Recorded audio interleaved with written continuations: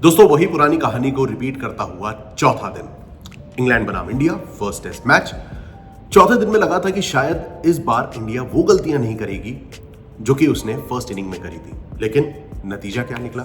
31 रनों के भीतर 6 विकेट गिरा देती है टीम इंडिया। एक बार फिर टेलेंडर्स का शर्मनाक प्रदर्शन, मैं यही बोलना चाहूंगा शर्मनाक प्रदर्शन, क्योंकि जो हमें एक्सपेक्टेड था कि यार फर्स्ट इनिंग में अगर हम बात करें बहुत संक्षिप्त में, शॉर्ट में आपको अभी तक की हिस्ट्री बता देता हूं, पहले भी मैंने बात करी है, लेकिन एक आगे बढ़ने से पहले एक छोटी सी आपको अभी तक की समरी दे देता हूं। इंडिया पहले बल्लेबाजी करती है, 471 रन बनाती है, जहां पर हमारी 3 सेंचुरीज आती हैं, जिसके बाद टीम इंडिया फंबल करी थी, 430 रन पर शुभमन गिल का विकेट गिरता है और उसके बाद भाई धड़ाधड़ 41 रनों के भीतर 7 विकेट गिर जाते हैं। फिर आती है इंग्लैंड की पारी, 465 रन बनाते हैं, जहां पर जसप्रीत बुमराह की अच्छी गेंदबाजी, हमें 5 विकेट देखने को मिलते हैं। सिराज और प्रसिद्ध कृष्णा मिलकर 5 विकेट चटकाते हैं, लेकिन 250 रन दे देते हैं दोनों गेंदबाज। रिजल्ट क्या निकलता है? इंग्लैंड सिर्फ 6 रन पीछे रहता है, यानी कि इंडिया को जब इंडिया सेकेंड इनिंग्स पे आती है तो उसे 6 रन की लीड मिलती है।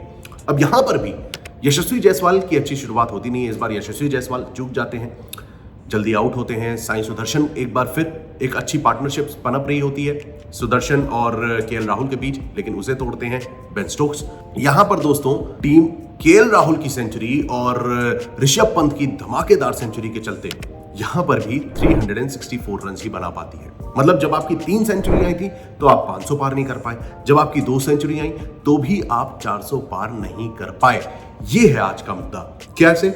अब आज अगर हम पीछे मुड़कर चौथे दिन पे नजर डालें तो ऋषभ पंत और केएल राहुल दोनों ही बल्लेबाजी करने उतरे थे चौथे दिन, और अच्छी बल्लेबाजी भी करी। दोनों ने मिलकर एक अच्छी पॉइंट तक टीम को लेके गए। मतलब आप ये देखिए, पहला विकेट 16 पे गिरता है, 82 पे दूसरा, एंड देन 92 पे तीसरा। ये 3 विकेट जो हैं तीसरे दिन गिर जाते हैं। उसके बाद जब ये चौथे दिन बल्लेबाजी के लिए आते हैं तो यहां पर ऋषभ पंत और केएल राहुल की जो पार्टनरशिप होती है वो टीम को लेके जाती है 287 रन पर। यहां पर ऋषभ पंत का विकेट गिरता है, ये चौथा विकेट 287।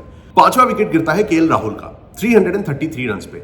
अब ये जो केएल राहुल और करुण नायर की जो पार्टनरशिप हुई, क्या आपको वहां पर थोड़ी गलतियां नहीं नजर आई?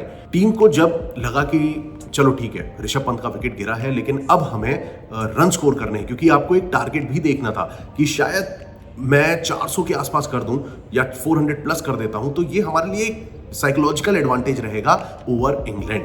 लेकिन फिर भी यहां पर हम धीमे खेलते हैं। ऑब्वियसली करुण नायर पहला मैच खेल रहे हैं, 8 सालों के बाद आए हैं, तो यहां पर लगता है कि यार ठीक है, he wants to take time, थोड़ा सा संभल कर खेलना चाह रहे हैं, और एक टेस्ट मैच पे हम जज भी नहीं कर सकते। लेकिन भाई यही एक टेस्ट मैच करके सीरीज गवा सकता है। लेकिन ये जो 20 रन है, ये करुण नायर को खुद से पूछना चाहिए कि यार क्या मैं वाकई में टीम के लिए बेहतर कंट्रीब्यूट कर पा रहा हूं?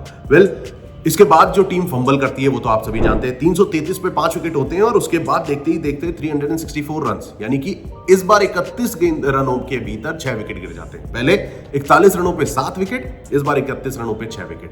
और सबसे बड़ी बात यार, मुझे लगता है बहुत बड़ी बेवकूफी करी है प्रसिद्ध कृष्णा ने। मतलब आप उनके टेलेंडर्स पे देखो, ब्रेडन कार्स से लेकर, मतलब जब इनकी फर्स्ट इनिंग थी, Brydon Carse, Chris Woakes, Jamie Smith तो खैर विकेट कीपर बैटर हैं, लेकिन क्रिस वोक्स और ब्रेडन कार्स ने भी रन स्कोर करके दिए थे लोअर ऑर्डर में। तो यहां पर इस बार बुमराह रन नहीं स्कोर कर पाए, और सिराज से आप एक्सपेक्ट उतना करते ही नहीं हो। प्रसिद्ध कृष्णा, यार आपके साथ दूसरा बल्लेबाज रविंद्र जडेजा खड़ा हुआ है जो 40 गेंदों में 25 रन बनाकर क्रीज पे मौजूद है, और वो यहां पर अगर आप उसी को ही पारी देते रहो, वो कह रहा है कि यार ठीक है मैं हूं, आप बस मुझे 2 रन, मेरे को बैटिंग दो। और प्रसिद्ध कृष्णा, वो ब्रेडन कार्स की थोड़ी सी स्लेजिंग होती है और प्रसिद्ध कृष्णा 6 पे जाते हैं, आउट हो जाते हैं, और वहीं पे कहानी टीम इंडिया की खत्म हो जाती है। लेकिन अभी भी कुछ गया नहीं है दोस्तों। मैं आज भी बोल रहा हूं, इस 5वें दिन में टीम इंडिया का अपर हैंड है। मैंने चौथे दिन भी बोला था, कल जब मैं बात कर रहा था चौथे दिन के लिए, वहां पर भी मैंने बोला था इंडिया अच्छा खेल सकती है। हालांकि ये जो टेलेंडर्स ने मटिया पलेट करी है, उसके बाद अभी के लिए अगर आप देखते हैं तो कुछ ऐसी चीजें हैं जिन पर आपको एक पॉजिटिव नोट पे ये चौथे दिन को खत्म करना चाहिए। ऋषभ पंत भाई, उनकी अगर आप पिछली 5 इनिंग इंग्लैंड में देखो तो 3 हाफ सेंचुरीज आई हैं और 2 शतक आ चुके हैं इनके। और इनके अलावा अगर आप इंग्लैंड में ही स्पिनर्स के खिलाफ देखो तो 556 बॉल्स में इन्होंने 502 रन जोड़े हैं, और जिसमें एवरेज इनका 50 से ऊपर रहा है। तो ऋषभ पंत ने जिस तरीके से अपने आप को प्रूव किया है भाई, मैं तो कहूंगा कि 27 करोड़ आईपीएल में लेने के बाद ये इसी टेस्ट सीरीज की प्रैक्टिस कर रहे थे। मतलब मजाक के तौर पर। लेकिन अगर आप देखो तो यहां पर ऋषभ पंत ने जो वापसी करी है वो काबिले तारीफ है। केएल राहुल से तो आप वही एक्सपेक्ट कर रहे थे, क्योंकि मैंने देखो कल भी आपसे बोला था कि वो चूके थे फर्स्ट इनिंग में, और इस बार ये था कि यार मुझे अब करके दिखाना है, और उन्होंने करके दिया। टीम इंडिया को एक अच्छी लंबी पार्टनरशिप दी ऋषभ पंत के साथ, और उसके बाद टीम को एक अच्छे स्कोर पर लेके गए।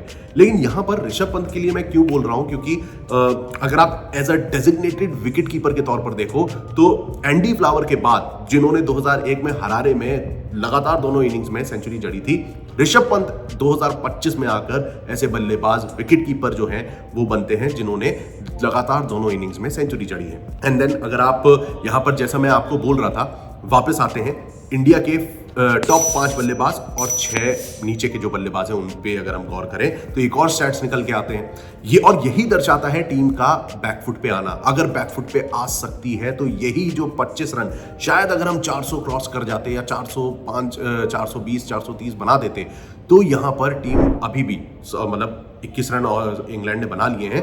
अब यहीं पर अगर हम 30-40 रन और एक्स्ट्रा कर देते तो इंग्लैंड को आज 5वें दिन 400 का टारगेट चेस करना था, जो कि एक मेंटल प्रेशर देता, जैसे मैंने आपको बोला था।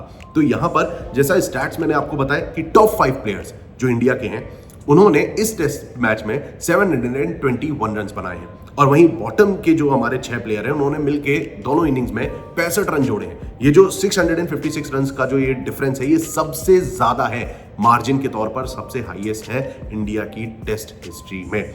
दोस्तों फिलहाल के लिए इस 5वें दिन पे अगर हम गौर करें तो इंडिया को अब 10 विकेट लेने हैं, इंग्लैंड को भाई 350 रन बना देने हैं। अब ये जो टसल है यहां पर मैं अभी भी बोलता हूं जसप्रीत बुमराह, क्योंकि अभी ओवरकास्ट कंडीशन अगर आ जाती है और वो जो क्रैक्स बीच में पड़े हुए थे, ये ध्यान रखिएगा, जो क्रैक्स थे उसका अगर फायदा जसप्रीत बुमराह पहले अगर आप देखो आधे पौने घंटे में 3-4 ओवर करेंगे, 2 विकेट वो अपने ले जाएं उन पहले आधे घंटों में, इंग्लैंड भाई वहीं पे नेस्तो नाबूद हो सकती है।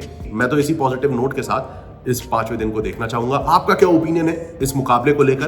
कमेंट सेक्शन खुला हुआ है, आइए करते हैं गुफ्तगू, देखते हैं किस टीम का यहां पर पड़ रहा अब 5वें दिन भारी है, क्या है वो, इंग्लैंड या फिर इंडिया? भाई मैं तो इंडिया की तरफ हूं।